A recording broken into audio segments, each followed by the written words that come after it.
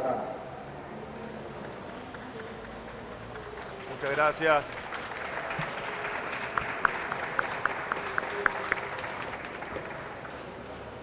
Hace unas semanas, el vicealmirante Jesús Martín, quien es el director de la Naval de Educación, junto con el doctor aquí, Maita,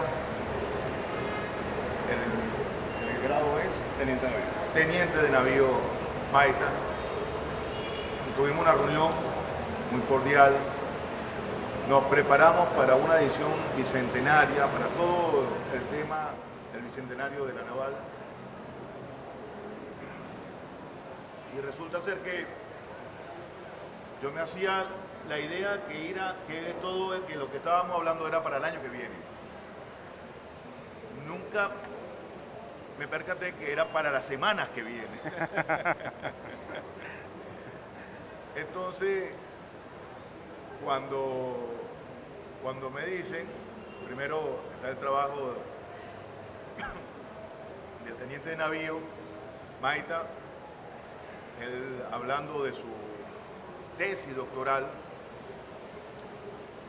que es más que una tesis, es un libro de consulta, riguroso. Y como todo lo digital también, no se ve el volumen. Eso dice lo riguroso en la investigación, en el tiempo que le llevó a recabar todas esas fuentes. Y, por supuesto, cuando nos encontramos con estas ediciones, más la de... Estos son dos compañeros también de la Naval, Jairo Bracho Palma, Julio César Lán Castellano, que son efemérides y cotidiana naval de venezolana. Por supuesto, ellos hablaban de decir, no hay problema, el libro sí ya está casi listo, está todo de manera precisa, lo trabajaron, bueno, como son las efemérides, ¿no? Está muy bien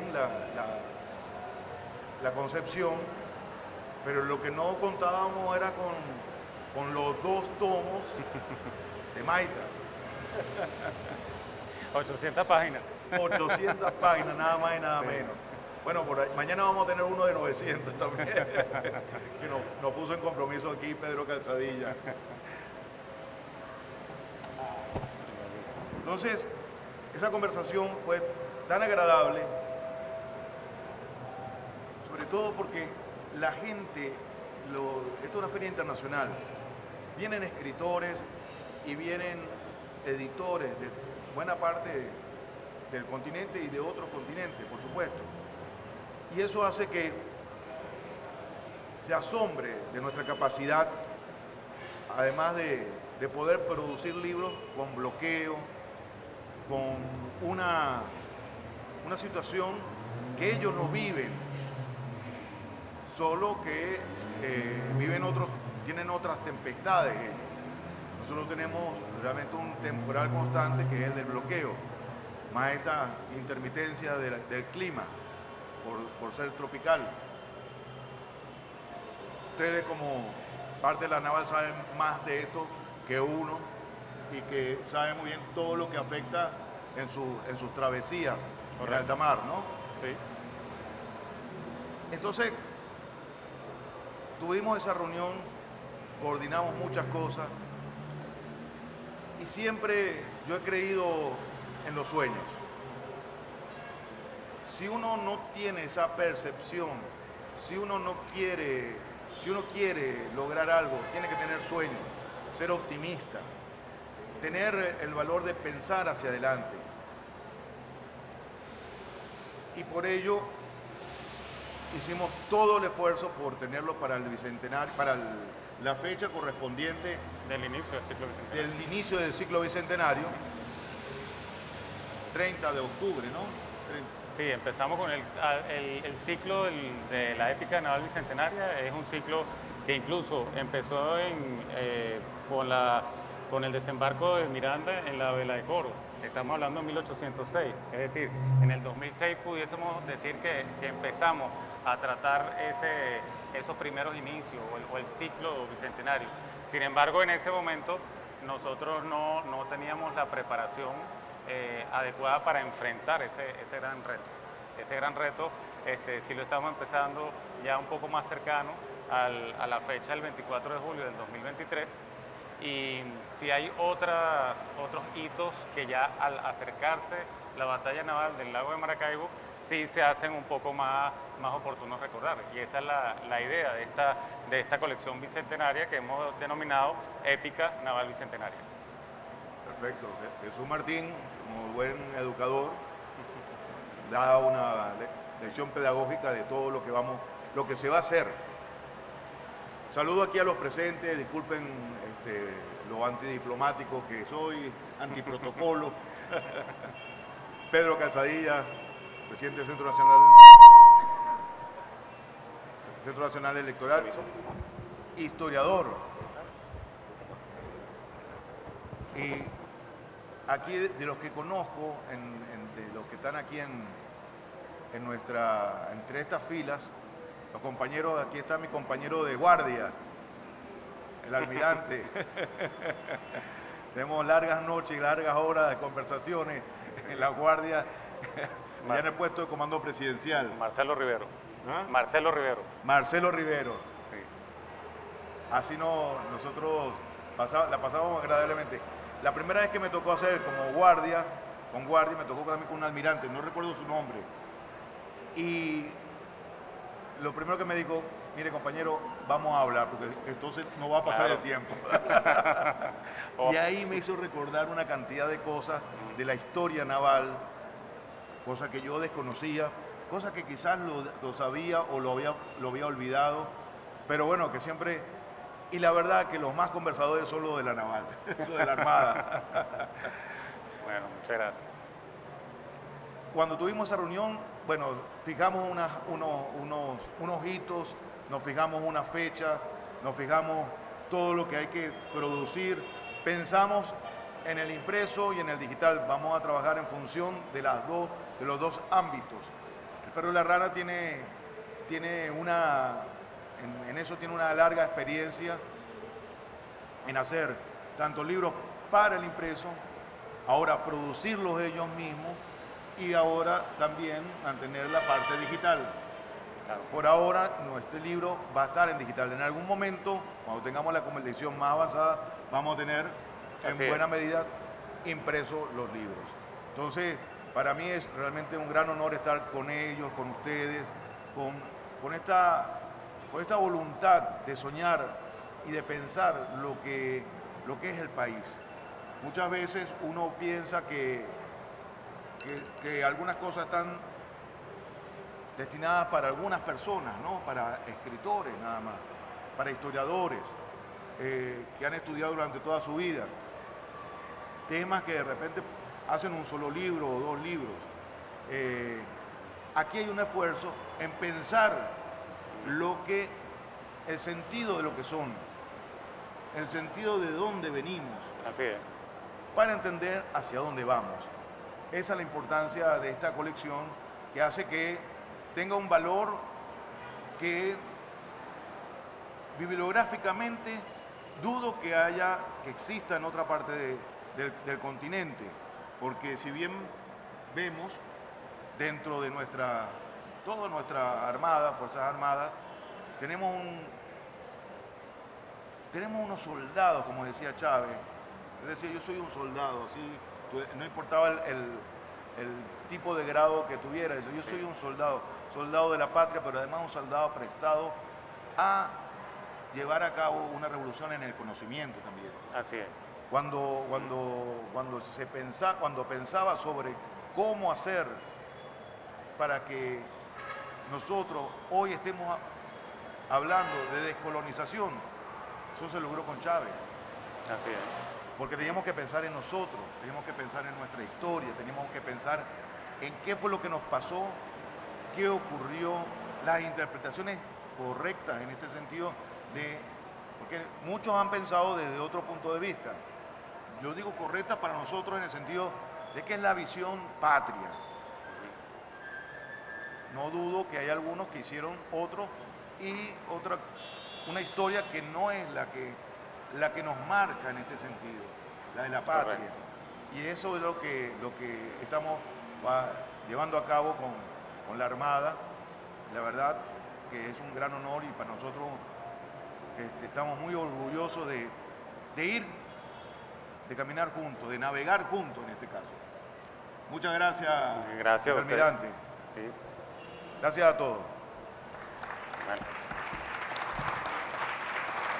Bueno, tengo el gran honor de compartir esta experiencia, este coloquio tan importante para poder estimular lo que es la conciencia patria. Como bien decía nuestro viceministro, nuestro compañero Raúl Casal, quien le quiero dar en nombre de nuestro ministro del Poder Popular para la Defensa, nuestro general jefe Vladimir Padrino López, en nombre también de nuestro comandante del CEO, nuestro general en jefe Domingo Hernández Lares, y particularmente en nombre de nuestro comandante general de la Armada, el almirante Aníbal Brito Hernández, le queremos demostrar nuestro agradecimiento.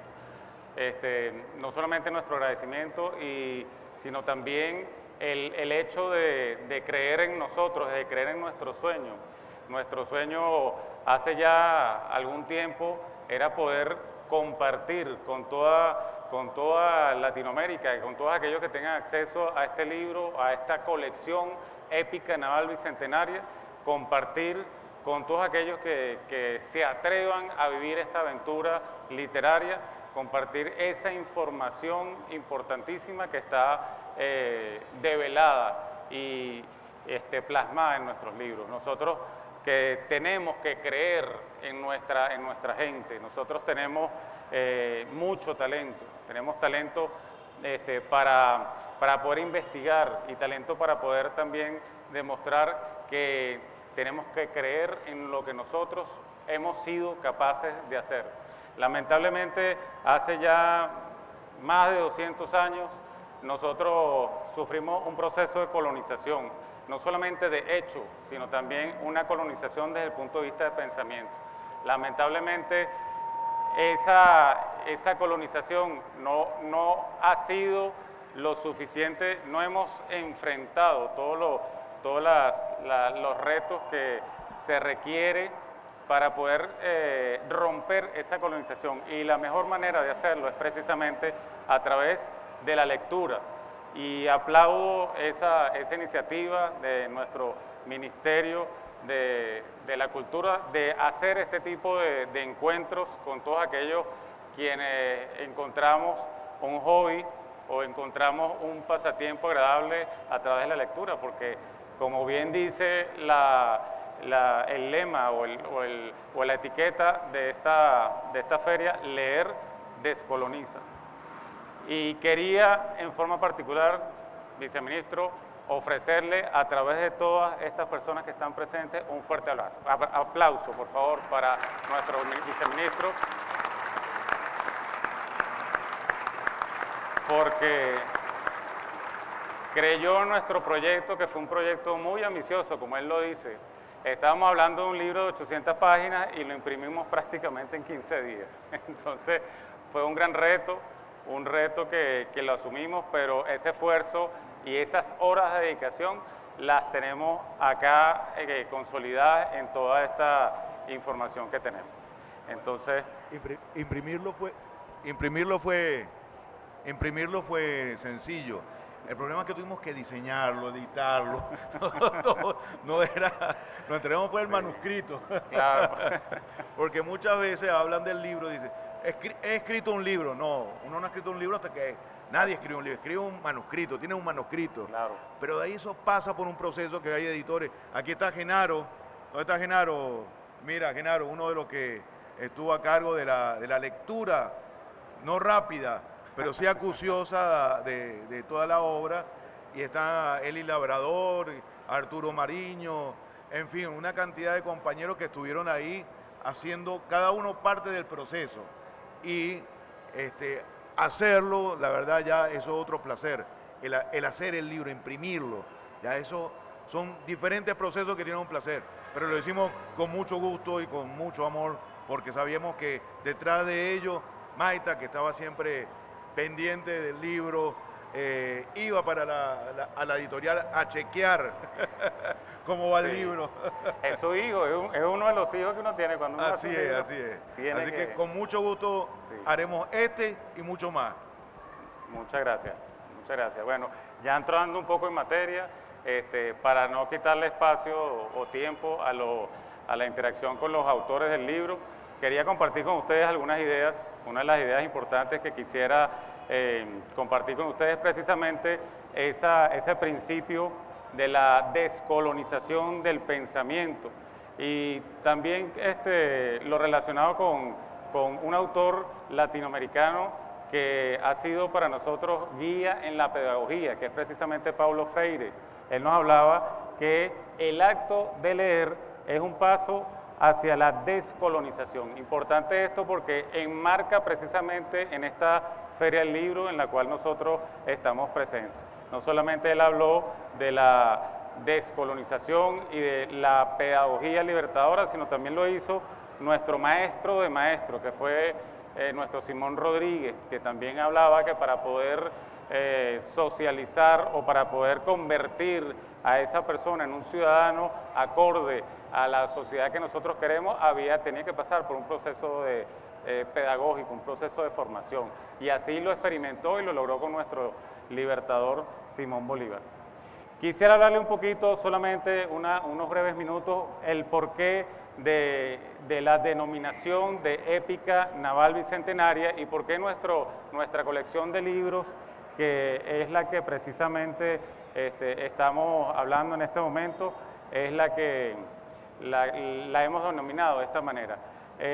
Tanto el próximo julio del año que viene, nosotros vamos a celebrar 200 años de la batalla naval del lago de Maracaibo.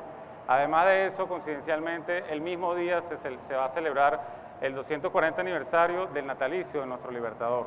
Se han preparado una serie de actividades que están relacionadas con esta efeméride y además de eso, hemos previsto una colección literaria que hemos denominado Colección Épica Naval Bicentenaria. Esa colección está integrada por 9 libros, 9 libros inéditos de autores venezolanos. Prácticamente todos esos autores son autores de nuestra Armada Bolivariana, oficiales en situación de actividad o en situación de reserva activa, quienes se han dedicado a rescatar de nuestra historia esos hechos importantes para poder traerlos a la luz y poder compartir con todos aquellos que tengan también esa iniciativa de poder conocer esa historia no contada de nuestra historia venezolana. Entonces, esta colección, como ya les hablé, está integrada por los siguientes libros. Quiero ser un poco más breve en esto. El primero de ellos fue el libro del Poder Naval de la República de Colombia, 1823-1830. Aquí el autor de ese libro presente para conversar con ustedes acerca de los detalles del libro. También el libro de Efemérides y Cotidianidad Naval Venezolana, su autor también presente, el capitán de navío Jairo Bracho. Tenemos otro de los temas que ya está a punto también de salir, lo vamos a tener próximamente en digital ya, que es el libro sobre la planificación en la Armada Bolivariana desde la perspectiva táctica, cuyo autor es el vicealmirante Ludwig Vera Rojas. También el cuarto libro de la colección está titulado La Armada y la Guayana Esequiba, también del capitán de navío Jairo Bracho, aquí presente. Espadas y sables de la Armada Venezolana en el siglo XX, cuyo autor también lo tenemos aquí presente, es el profesor Ramón Rivero Blanco. Gracias por acompañarnos, profesor. El siguiente de los libros.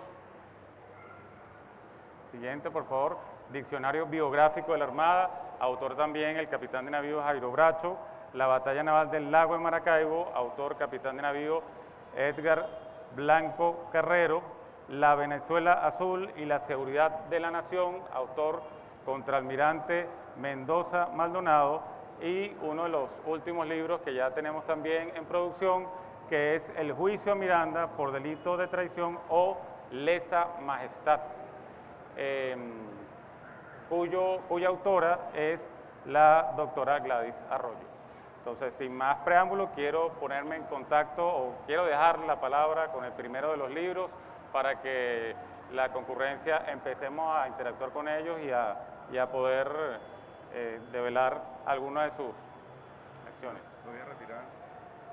Gracias. Pero viene Eric. ¿No? Perfecto. Muchas gracias. Gracias a usted. Muchas gracias. Muchas gracias. Por favor, Eli, si nos acompaña.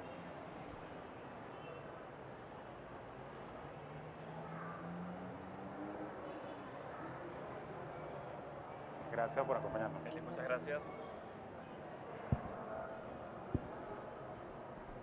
Bien, ¿se escucha?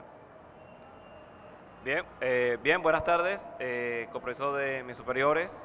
Es para mí un orgullo, una gran satisfacción que el producto de mi investigación doctoral hubiese sido destinada para abrir esta colección épica naval bicentenaria. Como ya lo dijo el vicealmirante Martín Acevedo, director naval de educación, esta investigación fue producto de mi doctorado en historia. Está dividida pues en 2 tomos por la longitud del escrito.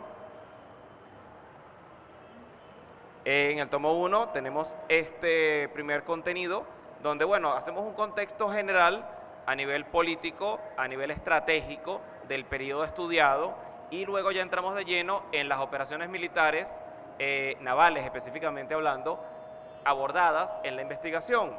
Y, siguiente. Bien, lo primero para sumergirnos en el tema y en la época tiene que ser necesariamente un mapa.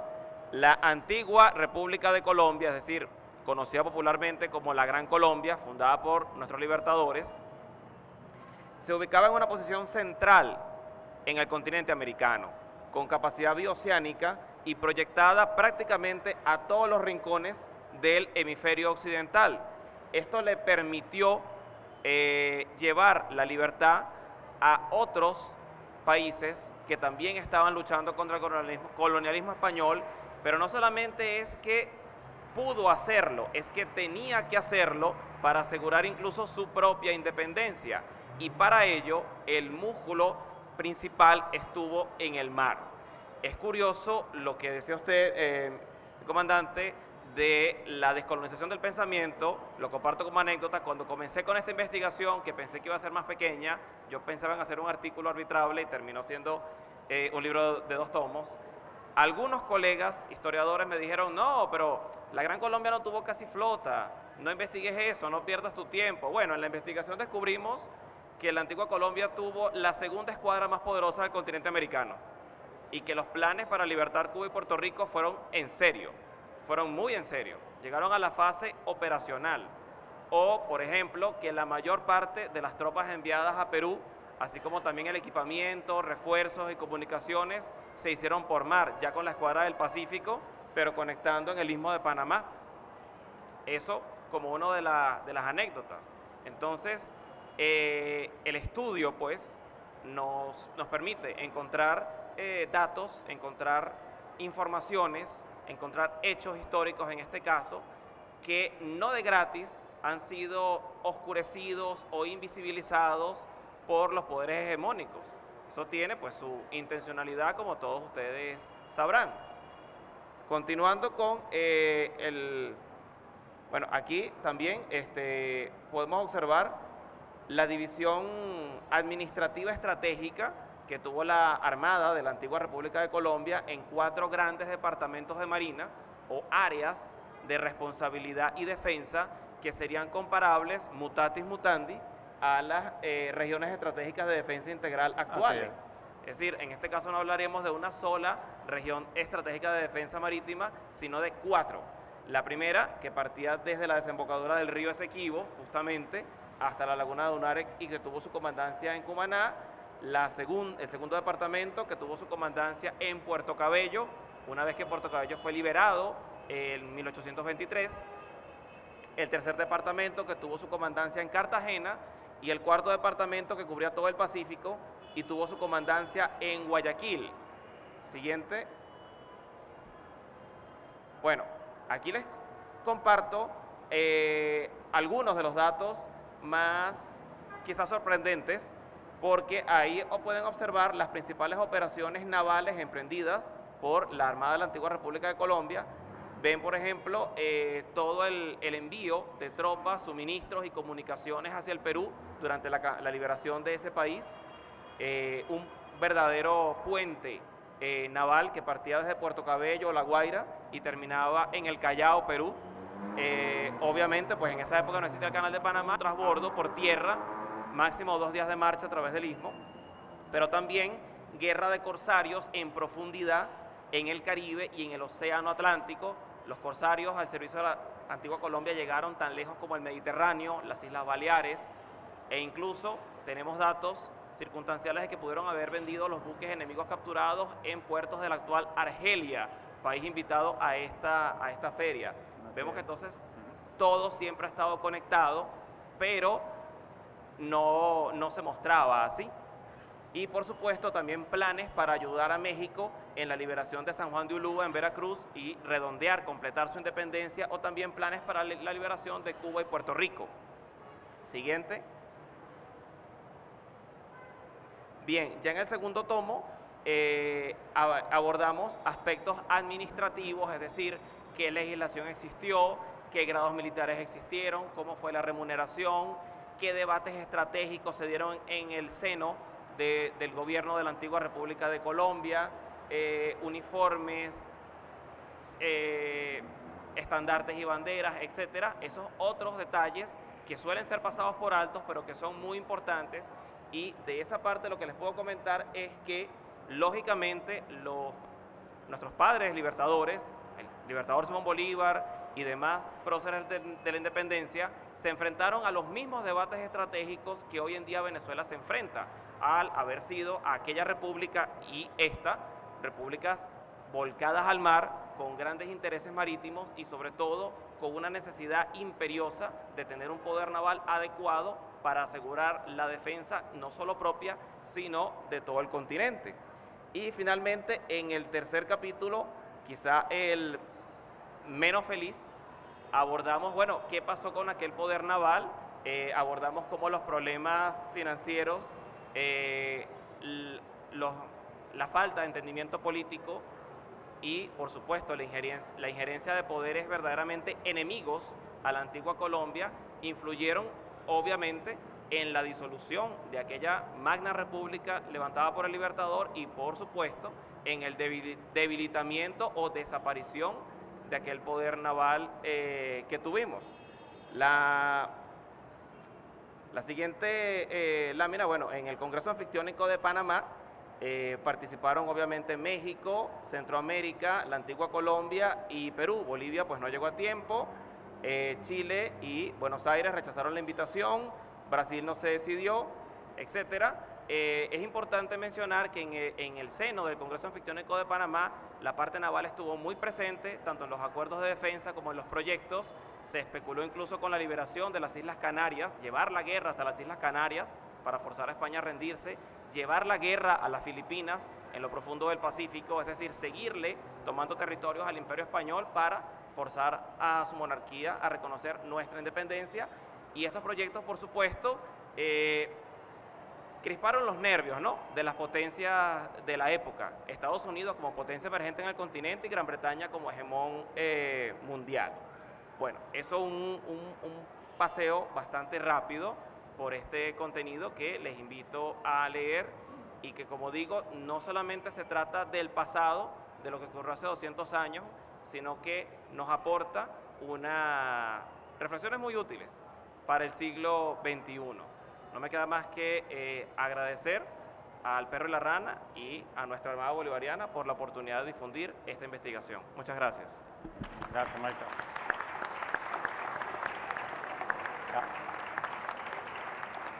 Yo quiero romper un poquito el protocolo con la oportunidad para abrir el conversatorio, dejar hasta ahora el conversatorio aquí o la exposición aquí para escuchar un poco al público que nos acompaña en esta oportunidad, a ver si hay específicamente alguna interacción con el primero de los autores. Por favor, si hay alguien que tenga alguna participación, lo podemos hacer en este momento.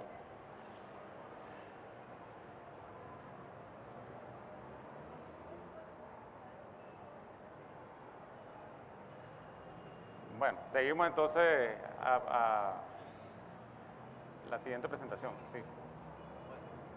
Agradezco mucho la oportunidad al Pedro Carrana que me ha dado para poder publicar a la Armada este libro, Efemérides y Cotidianidad Naval Venezolana.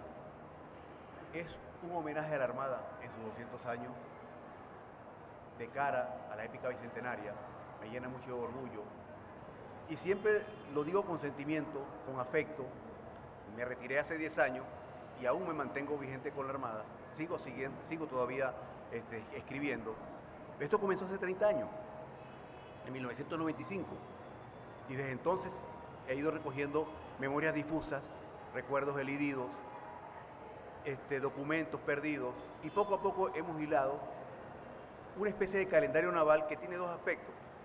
El primero, los hitos, la épica, la batalla naval del lago de Maracaibo. No sé qué pasó que no veo pero bueno, no importa. Podemos hablar a capela. Las fuentes documentales de este libro son el Archivo General de India, donde estuve trabajando 4 años y medio, y que se une con este trabajo, el Archivo General de la Nación, donde trabajé 4 años también, y una fuente que son inéditas, escasamente trabajadas, como son los archivos antiguos de la Armada. El Archivo de Estado Mayor, el Archivo de Comando Naval de Operaciones, el Archivo de Reserva Naval. Entonces, esto ha permitido hacer un calendario bastante sustancioso sobre nuestros orígenes, sobre nuestra forma de ser y hacer. Y es una manera de blindarnos contra el proceso globalizador, contra el proceso del liberalismo, que tiene una forma bastante violenta de negar nuestros orígenes, de aplanar nuestras historias y hacernos dependientes de una historia única. Es una visión retroprogresiva de la historia, que nos habla de un origen que no podemos negar, porque negarnos nuestros orígenes es negarnos a nosotros mismos, y nos habla de un futuro. Si no hacemos eso, ya lo dije hace un momento, estamos destinados a desaparecer por falta de genes y por falta de tradición. Esto es importante. La cotidianidad venezolana también se fundamenta en una serie de entrevistas. Vamos a hablar primero de esta parte. Está estructurado de esta manera. Un estudio introductorio, que el primero lo hace el licenciado Ramón Rivero Blanco, unas efemérides por mes y por año, ¿verdad? Una secuencia de hitos y un enlace de cotidianidades. Porque ¿qué pasa? Es una visión hegeliana de la historia que nos habla de que la suma de las partes nos da todas las partes completas. Una visión de que la cotidianidad al final forma las grandes historias. Y también nos dice que nos sirve para profundos estudios filosóficos existenciales sobre en qué debemos mejorar y en qué hemos sido exitosos. A ver si aparece algo.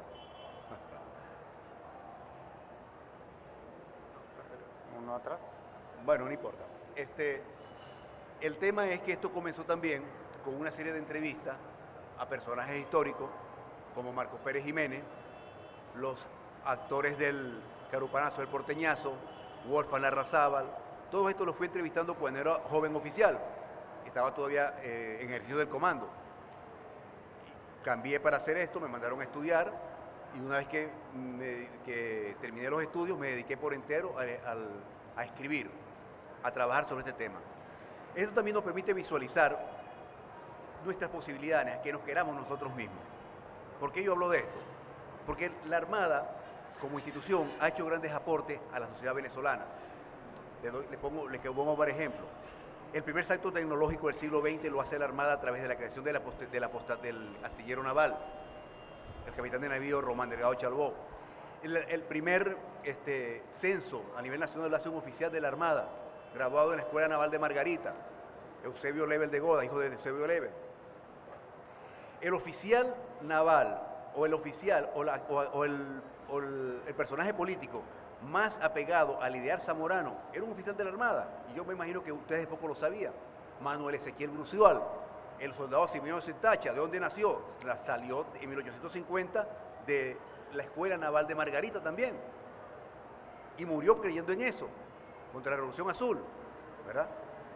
El primer oficial que construye un dique exitoso, un oficial salido no de la escuela naval, ni siquiera de la escuela, sino de la tropa. Entonces también visualizamos este tipo de, como es el capitán de navío Ramón Rivero Núñez, cuyo hijo está aquí presente, ¿verdad? Y que me enorgullezco también de ser su amigo por la cantidad de datos que también me ayudó a aportar. Entonces todo esto nos tiene que decir que tenemos oficiales valiosos y que por lo tanto tenemos que tener orgullo de lo que nosotros hemos sido. Tenemos, por ejemplo, a Caballero Mejías, que lo ven allí. Caballero Mejía, el padre de las escuelas técnicas, y Caballero Mejía fue oficial de la Armada, ¿verdad? Entonces, todos estos aportes nos sirven para esto que le estoy comentando. Bueno, básicamente en esto va el libro de Cotidianidad Naval y Efemérides. Pero eso forma parte de otro libro, de otros libros de mayor alcance, como por ejemplo el Diccionario Biográfico de la Armada, que es una colección de 7 tomos. Pero ¿cómo se hacen esos libros? No los saco de internet, son listas bien duras para hacer, por ejemplo, en estas biografías, que son otros libros que estoy comentando, de qué parte, y me disculpa, Claro, claro. se visibilizan el marinero. Hay biografías de los marineros, de los infantes de marina. Entonces estamos incluyendo a personajes que casi nunca aparecen, que son mostrados en la historiografía, los oficiales y todo su devenir en el desarrollo de nuestra Armada. Básicamente lo que quería explicar sobre el tema. Sí.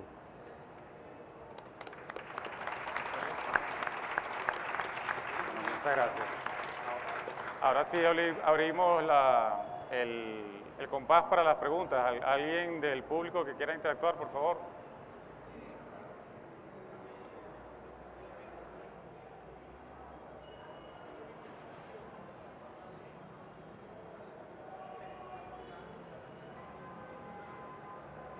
¿Puede pasar por aquí, por favor?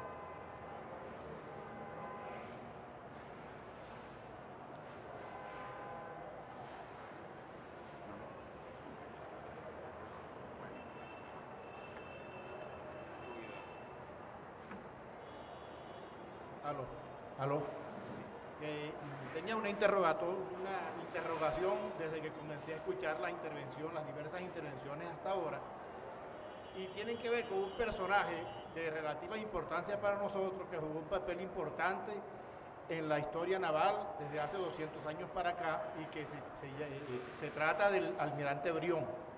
Yo no sé que no ha sido nombrado en la tarde de él ahora, pero es un libro bien interesante, hace un esbozo de lo que fue la figura y la participación del almirante Brión en la lucha por la independencia de Venezuela y de América.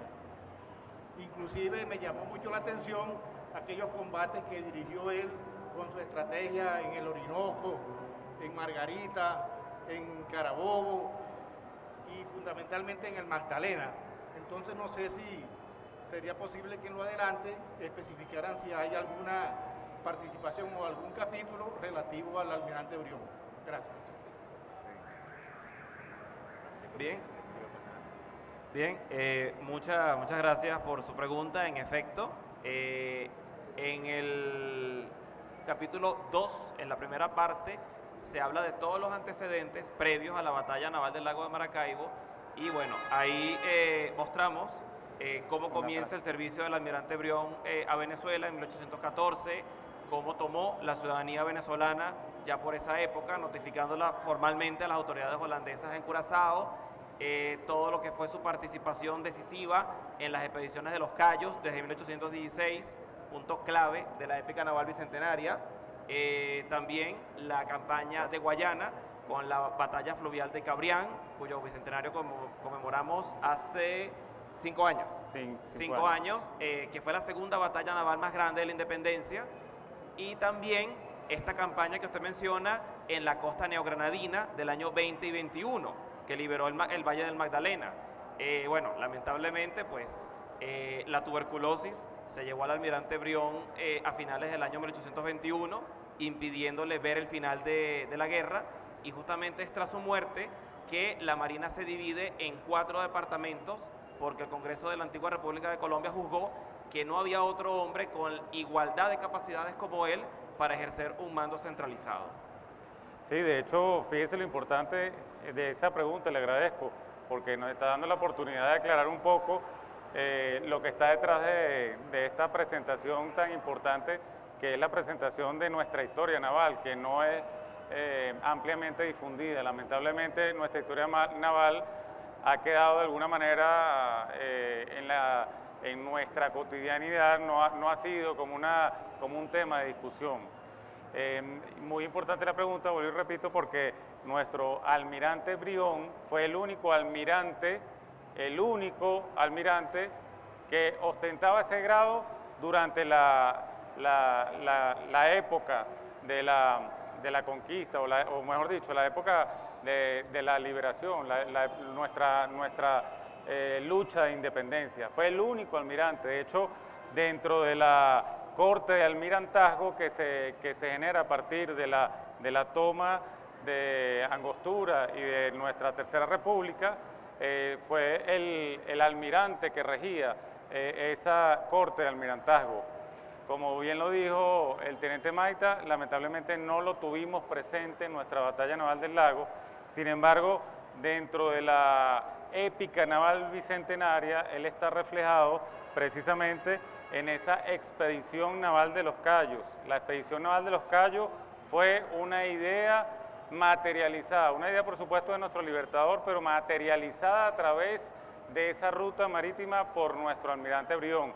Gracias a ese esfuerzo, o gracias a esa participación de Brión, capitán de navío en ese momento, y luego de lo que se logró a través de esa ruta marítima desde Haití hasta Oriente, hasta lograr la toma de Angostura, fue que él se consolidó con el grado de almirante.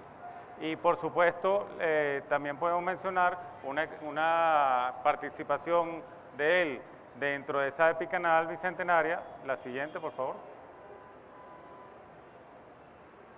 La siguiente, no la anterior.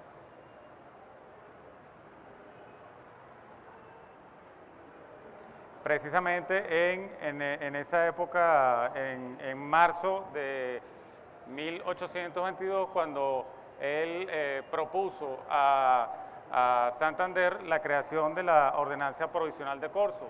El año 1822 fue un año a través del cual se estaba preparando nuestra flota patriota, se estaba preparando para enfrentar la batalla definitiva de la batalla naval del Lago. Entonces, una de las acciones que se tomaron preventivas, una de las acciones que se tomaron para poder consolidar esa fuerza importante desde el punto de vista naval, fue no solamente la Ordenanza Provisional de Corzo, sino también la creación de la milicia marinera y de la infantería marina de toda la Gran Colombia. Gracias por su pregunta. La siguiente. El señor tiene otra pregunta, puede pasar.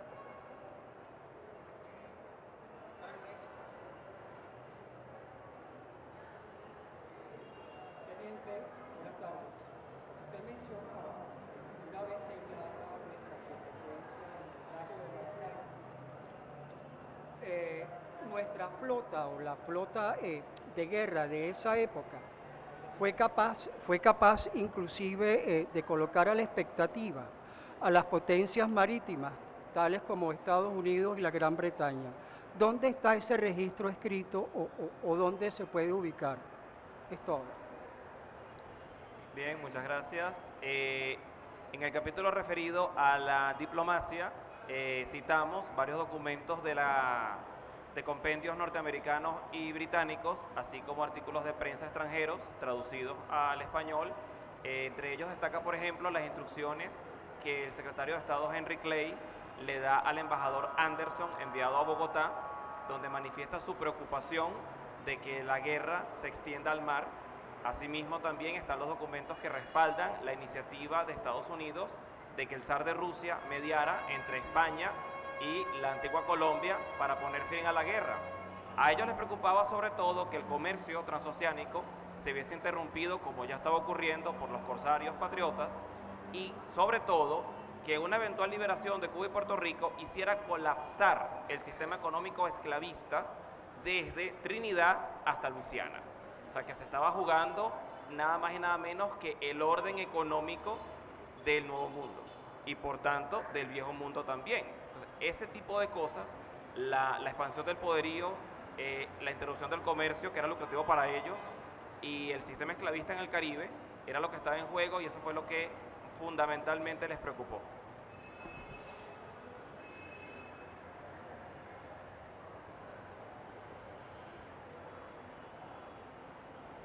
Bueno, buenas tardes, almirante, vicealmirante, comandante general de Educación, Martín Acevedo.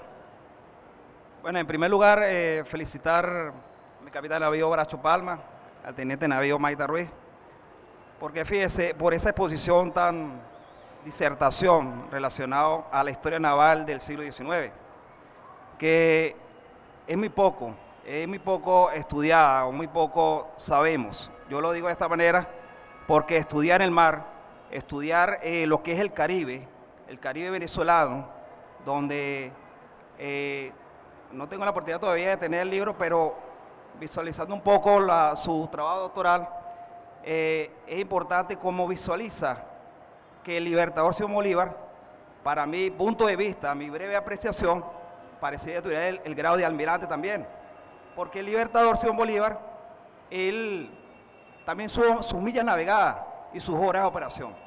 ¿Por qué digo esto? Porque en mayo de 1815, él también zarpó de Cartagena de India hacia Jamaica. Después de 6 meses, posteriormente, como usted, mi almirante y mi teniente de navío lo expresaron, él estuvo hacia Haití en la expedición de los Cayos, en una navegación a vela. Y usted allí lo nombra, y mi capitán de navío también lo describe, donde esas embarcaciones, goletas, bergantines, hasta flecheras, porque cuando llega a lo que es después de la expedición de los Cayos, que hace esa navegación a vela, gracias a aquellos corsarios patriotas, como el Libertador una vez los escribió, como Luis Brión, como Renato Beluche, entre otros, hicieron esa navegación por las Antillas mayores y posteriormente por esas Antillas menores. Entonces, hoy en día debemos seguir estudiando esa historia, pero ahora con este concepto nuevo que se está dando en la historia insurgente. En una historia insurgente que anteriormente era un poco, no era tan visibilizada como hoy en día, que hoy del Centro Nacional de Historia, primero de la Armada Bolivariana que está llevando a cabo este bicentenario, junto con la Dirección Naval de Educación, y luego el Centro Nacional de Historia, el Centro Simón Bolívar, el Centro Francisco de Miranda, donde la historia insurgente es aquella que nosotros totalmente desconocíamos. O sea, una historia que hoy, gracias a este libro, que posteriormente yo sé será un obsequio de mi teniente navío, podemos reflejarlo, podemos llevarlo a cabo a esta historia insurgente, en rumbo al bicentenario de lo que es la batalla naval del lago. Por eso, de verdad, es importante lo que usted escribe aquí, nombrar esa navegación a vela, esas embarcaciones, porque yo pienso que también que nuestro libertador Simón Bolívar, así como estuvo en esas batallas, también tiene sus millas navegadas y su hora de operación. Y por último, quisiera, cuando usted describe de esa República de Colombia en 1819, Congreso de Angostura, hoy en día se llama Gran Colombia, pero algunos autores dentro de la historia insurgente, y esa es la interrogante y la pregunta, no podemos hoy llamarla Patria Grande, o mejor dicho, porque esa es la idea, ese fue el pensamiento del libertador Simón Bolívar, llamarla una Patria Grande, en vez de esa Gran Colombia, porque Colombia obviamente fue por un venezolano, también por Francisco de Miranda, la Colombella. No sé si podemos esa interrogante allí, mi teniente navío. Muchas gracias. Bueno, muchas gracias, Daza. El nombre de la antigua República de Colombia contra la actual República de Colombia pues genera más de una confusión, y no en vano, si la memoria no me falla, a principios del siglo XX, capitán, los académicos de ambos países llegaron a la convención de llamarla Gran Colombia para diferenciarla de la actual. El origen de esto no es más que después de la separación, el estado vecino se llamó Estado de la Nueva Granada, luego, si la memoria no me falla, República de la Nueva Granada o Confederación Granadina, Estados Unidos de Colombia, con un proyecto liberal bastante interesante, en alianza con los liberales venezolanos, de reunificar ambas entidades, cosa pues que no se concretó. Eso explicaría por qué en Venezuela nunca hubo una protesta de por qué Nueva Granada recogía el nombre de Colombia, porque los liberales venezolanos, dirigidos por Antonio Lacadio Guzmán, él específicamente, tenían este proyecto reunificador que no llega a concretarse. Más adelante, cuando el Partido Conservador logra el control de Colombia y pasan de nuevo a un modelo centralista, vuelven al nombre de República de Colombia, pero curiosamente no vuelven al símbolo original, que son las dos cornucopias y el haz de varas de la República, sino que toman como símbolo principal el cóndor, que era eminentemente neogranadino. Entonces, ahí creo que se responde la pregunta de por qué Venezuela nunca protestó porque Nueva Granada tomara el nombre.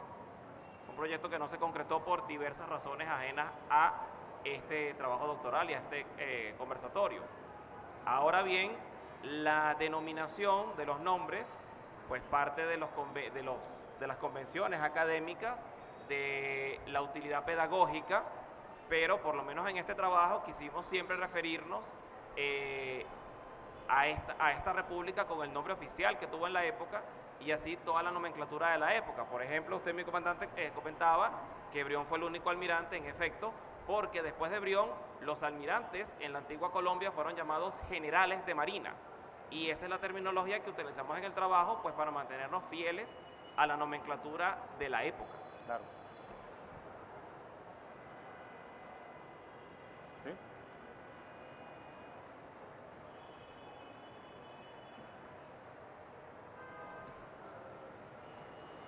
Hola, buenas tardes. ¿Se oye? Sí. Buenas tardes. Me llamo Teresa Aquiles, soy periodista de la Fundación Museos Nacionales y escribo libros infantiles también. Por eso sé lo del proceso. El proceso de verdad de los libros es terrible. Pero ¿se oye o no se oye? Pues yo no me oigo. ¿Sí? Bueno, yo quería felicitarlos. Creo que la Galería de Arte Nacional se siente honrada. Como ustedes saben, los museos, bueno, conservan, rescatan y divulgan nuestro patrimonio. Y creo que la labor de ustedes con esta serie bicentenaria hace eso. Nos están rescatando, conservando, algo que es muy importante para mí y trato de reflejarlo en los cuentos que yo hago para los niños, que es la identidad. La identidad que muchas veces la gente rechaza. Lamentablemente, y como lo decía uno de los autores, a veces nos hace falta identificarnos mucho más y olvidarnos de las referencias de fuera, de sentirnos orgullosos de lo de fuera. Y creo que lo que hacen ustedes con esta colección nos rescata lo de Miranda, lo de la Gran Colombia, la cotidianidad de la naval, o sea, son muchísimas cosas. Creo que les haría falta es algo, divulgar eso, porque no lo dijeron, a mí me lo dijeron allá, pero ¿cómo lo bajan? Lo bajan por la página de la naval, ¿no? Pueden descargarlo, eso es importante, no solamente tener el documento, sino poder bajarlo. Y de verdad los felicito porque el patrimonio nuestro es enorme. Gracias. No, bueno, gracias a ustedes. Vamos a dejar al final de la presentación, vamos a dejar el código QR. A través de ese código QR podemos escanearlo, está al final de la presentación, y él nos va a llevar directamente a un portal que es el portal de la Armada, de los documentos de interés, donde vamos a obtener acceso fácilmente a esos libros. Hicimos en una primera oportunidad una reproducción un tanto limitada por motivos protocolares. Parte de esos libros están aquí, los tenemos en nuestra biblioteca. Sin embargo, aquí tenemos el código QR, y a través del código QR la intención también de esta Feria Internacional del Libro de Venezuela es que nosotros podamos compartir y socializar de forma efectiva esa información. Y bueno, para aquellos quienes nos cuesta un poquito más acostumbrarnos a leer en una tableta o a leer en la computadora, ya tendremos la oportunidad de presentar esos libros para el acceso en físico. Pero mientras estamos resolviendo esos obstáculos de la impresión, les dejo entonces el QR para que lo escaneen. Bueno, con el permiso aquí de los presentes, muy buenas tardes, Teniente Fragata Sharon Catherine Núñez Rodríguez, mi comandante, el Teniente Navío y todas aquellas personas presentes que participaron en la ejecución, pues elaboración y desarrollo de estas diferentes obras, de manera como una representación de un oficial bisoña de nuestra Armada Bolivariana. Quería agradecer por este constante desarrollo de actividades que nos orientan a potencializar lo que es el conocimiento de nuestra historia naval, entendiendo que lamentablemente muchas veces nuestra historia ha sido eclipsada por las grandes batallas que ha liberado nuestro libertador Simón Bolívar, todos aquellos generales que han sido de alguna u otra manera reconocidos a través de la historia y que lamentablemente los de nosotros de alguna u otra manera no han sido reconocidos, así como el vicealmirante Lino de Clemente, que fue el primer ministro de la Defensa. Para el año 1830, con la creación de la Constitución de los Estados de Venezuela, el vicepresidente era Francisco de Miranda, el vicepresidente de la República, la primera figura como vicepresidente de la República, y otros tantos más que durante la disertación del personal aquí se me vinieron a la mente y los voy a mencionar, como el contraalmirante Beluche, contraalmirante Eugenio Hernández, contraalmirante María García, contraalmirante Agustín Armario, que es el que lleva el nombre de nuestra base naval principal, el general de Brigada de Infantería Marina Manuel Esteves, general de Brigada de Infantería Marina Ricardo Witch, capitán Manuel Armas, entre muchos otros, de manera tal que, el llamado para nosotros, que somos la generación de relevo, la generación que va a continuar con este legado, es que no dejemos nada más este conocimiento por la épica naval bicentenaria. Esto tiene que ser algo que tiene que ser consecutivo, esto tiene que ser algo que se tiene que retransmitir, no nada más a nosotros los oficiales de la Armada, sino como un tema de estudio, así como se estudia la historia de Venezuela, por todas aquellas batallas que generó el Libertador, también tiene que haber una historia naval escrita en lo que es el penso académico de los estudiantes, para que eso genere de alguna u otra manera espíritu de cuerpo, no nada más dentro de nuestro componente, sino que también seamos reconocidos en otras latitudes. Nuestra Armada es una armada de tradiciones, muchas personas aquí no lo sabrán, pero nosotros nos mantenemos presentes a través del legado, pero a través de un legado que va mucho más allá de simplemente un sentir. Es algo que está impregnado en nosotros porque va como parte de esa memoria reptil que nosotros heredamos a través de los tiempos. Es algo que va impreso en nuestro ADN, por lo cual es un llamado a que nosotros mantengamos esto vivo, porque hoy están ellos, mañana estaremos nosotros, y el tiempo pasa velozmente y no nos damos cuenta, pero si en este momento nosotros no trabajamos para ello y no aprovechamos esta gesta bicentenaria para potenciarlo, seguramente más adelante habremos perdido el momento y no nos hubiésemos dado cuenta. Muchísimas gracias. Bueno, muchas gracias, Núñez. De verdad, para mí es muy satisfactorio escuchar de las promociones jóvenes que vienen detrás de nosotros ese ímpetu. De verdad me da mucha satisfacción. En nombre de la promoción Renato Beluche, que tenemos este gran reto de nuestra promoción, que está a punto de pasar retiro el próximo 2023. Queremos entregarle a ustedes esta épica naval bicentenaria, esta colección. Fíjense lo importante de leer, lo importante de conocer la historia en su amplitud y en sus dimensiones, que son dimensiones mucho más grandes que poder enfocarnos en solamente un evento. La historia no se puede analizar por pequeños fragmentos. La historia se tiene que analizar desde la plenitud de toda esa conformación de pequeñas cosas. Entonces, precisamente esta colección de libros es un regalo que le estamos dando a las generaciones futuras. Es un regalo que le estamos dejando a los que vienen detrás de nosotros y a todo nuestro pueblo, no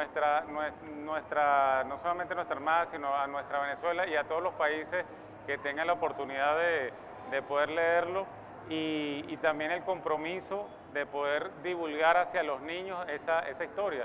Como decía la amiga, la periodista que se paró hace poco a compartir con nosotros su experiencia, esto también es un reto de que lo podamos hacer más accesible a aquellos niños que a través quizás de una historieta, de algo un poco más, incluso desde un punto de vista de un juego, hasta de un juego de video, que podamos compartir con ellos esa información con estas nuevas generaciones que están también ávidos de esa información histórica. Entonces, muchas gracias, Núñez, por tu intervención.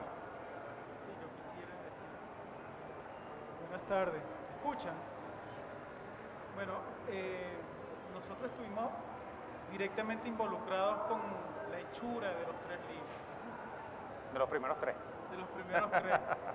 Los próximos, por favor, denos el tiempo necesario para poder consentir esos libros, porque el trabajo editorial, uno pareciera que la gente siempre me pregunta, ¿pero qué haces tú ahí viendo la computadora y con libros? Uno va acumulando cosas, pero al mismo tiempo va adelantando otras y va cayendo, entonces no termina. Yo realmente felicito a los autores, a la institución por el interés de visibilizar estos contenidos y promocionarlos. Y tengan, como lo dijo Raúl Casal, en la editorial un aliado para poder materializar estos contenidos. Mi compañera allá trajo unos desplegables, ya que hablaban de cómo descargo los libros. Nosotros hicimos un desplegable con todas las novedades de la editorial. Y estos libros son novedades también de la editorial porque tienen nuestro sello. Entonces ella va a pasar por los puestos repartiendo los desplegables para que si quieren el libro u otros libros o el libro de la Naval, ahí lo van a encontrar. Muchas gracias.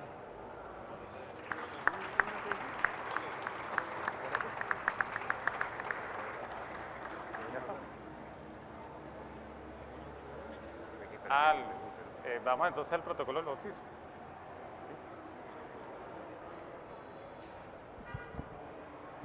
Por favor, profesor, acompáñenos.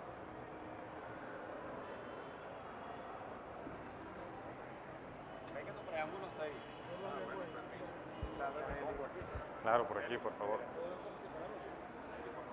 Eli.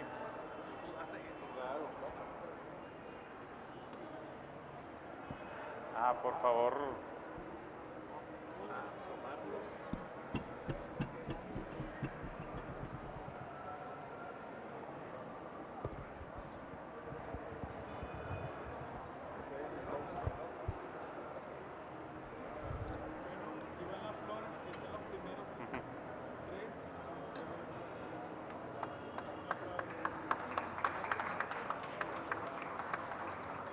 Así.